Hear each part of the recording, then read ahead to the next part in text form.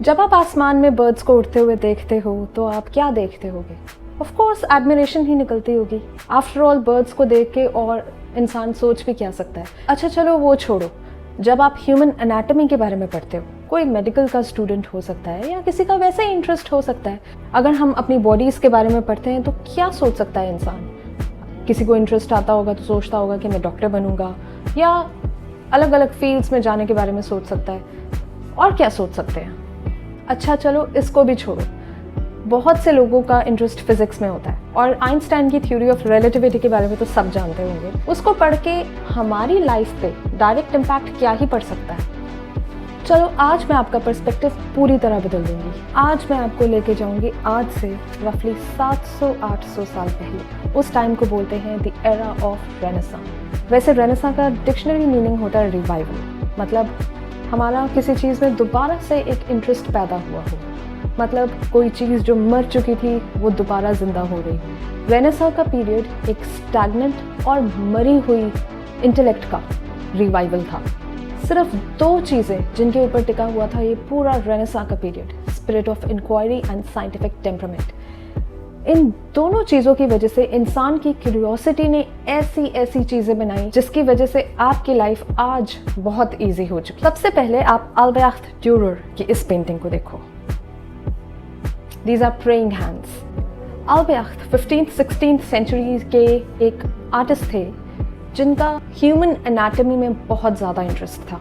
हाथों के अंदर के टेंडन्स, स्किन टेक्सचर, नर्व्स और उनकी मूवमेंट और मसल्स के अंदर टेंशन को दिखाने का एक बहुत ही अमेजिंग जो एफर्ट अल्ब्रेख्ट ने किया वो इसलिए पॉसिबल था क्योंकि आर्टिस्ट की क्यूरियोसिटी की वजह से उसने कभी आर्ट और साइंस को दो सेपरेट परसूट्स के तौर पर देखा ही नहीं। चलो अब मैं एक ऐसा एग्जांपल देती हूँ जिसके बारे में हम सबको पता है। द राइट ब्रदर्स जिन्होंने एरोप्लेन बनाया।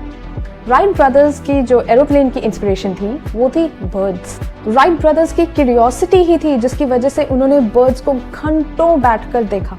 उन्होंने ऑब्जर्व किया कि किस तरीके से बर्ड्स ग्लाइड करते हैं, अपने विंग्स को फ्लैप करते हैं, और इस क्यूरियोसिटी की वजह से पूरे वर्ल्ड को पहला एरोप्लेन मिला। और इस क्यूरियोसिटी का रिजल्ट ये हुआ कि इंसान अब उड़ सकता था।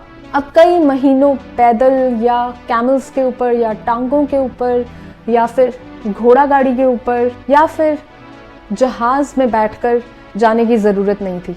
अब आप एक मशीन पर बैठ सकते थे जो आपको बहुत ही कम टाइम में एक देश से दूसरी देश पहुंचा सकता था, और इसी के साथ टूरिज्म इंडस्ट्री फ्लरिश कर गई।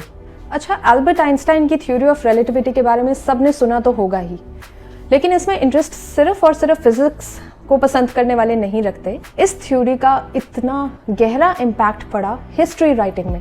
ये सोचो कि इंटरकनेक्टेडनेस कितनी बड़ी बात है। हिस्टोरियोग्राफी एक रैंकियन ट्रेडिशन जो कि एविडेंस बेस्ड, जो कि प्राइमरी सोर्स के ऊपर डेटा कलेक्ट करने के बाद एक इंटरप्रिटेशन बनाने के ऊपर बिलीव करती थी, और जो कि ये बिलीव करती थी कि हिस्ट्री हमेशा सेम ही तो रहती है। थ्योरी ऑफ रिलेटिविटी ने एक ट्रुथ को दो लेंस से देखने का तरीका दिया। अब हिस्ट्री राइटिंग में भी अलग अलग तरीके की राइटिंग्स आने लग गई थी। History from below, subaltern history, feminist history, अलग अलग पॉइंट ऑफ व्यूज किसी एक इवेंट को लेकर किसी की लाइफ में किस तरीके के बदलाव आए, किस तरीके का इम्पैक्ट आया। हिस्ट्री राइटर्स ने अलग लेंस के साथ हिस्ट्री को देखना शुरू कर दिया था। हिस्ट्री राइटिंग जो कि एक राजा के पॉइंट ऑफ व्यू को दिखाता था, हिस्टोरियंस ने कॉमन मैन के पॉइंट ऑफ व्यू को रखना शुरू कर दिया था। इंसान क्यूरियोसिटी से बनता है और इंसान की क्यूरियोसिटी ही उसको नई नई इन्वेंशंस, नई नई डिस्कवरीज और नई नई लाइफ जीने के तरीकों के टुवर्ड्स ले जाता है। अगर गैलीलियो गैलीली चर्च से डर के सच बोलने की आदत से पीछे हट जाता, अगर उसकी क्यूरियोसिटी उसको ये ना बताती कि अर्थ और बाकी सब प्लैनेट्स सन के आसपास घूमते हैं, तो आज शायद स्पेस सेक्टर में इतनी डेवलपमेंट हो ही नहीं सकती थी। अगर आज हम डर के बैठ जाएं और सवाल ना करें तो शायद हम कभी ग्रो कर ही नहीं पाएंगे।